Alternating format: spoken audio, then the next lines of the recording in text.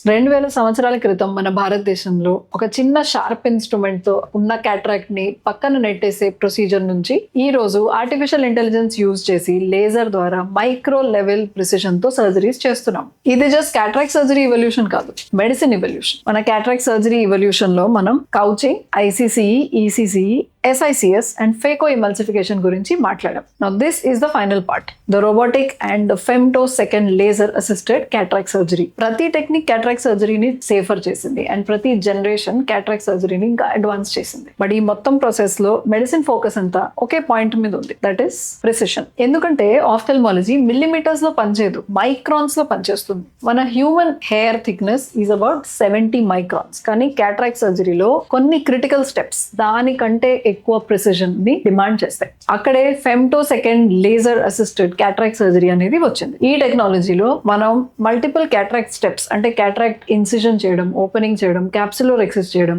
And ఉన్న cataract nucleus ని fragment చేయడం అంటే చిన్న చిన్న పీసెస్ లో బ్రేక్ చేయడం, ఇది OCT గైడెడ్ లేజర్ టెక్నాలజీ ద్వారా అబ్సల్యూట్ ప్రిసిషన్ తో చేయగలం. కానీ ఇందులో చాలా కన్ఫ్యూజన్ ఉంటుంది. ఒక మిత్ నేను క్లియర్ చేస్తాను. చాలా సార్లు పేషెంట్స్ అడుగుతారు, డాక్టర్ రోబోట్ మనకి సర్జరీ చేస్తుందా అని. But the answer is no.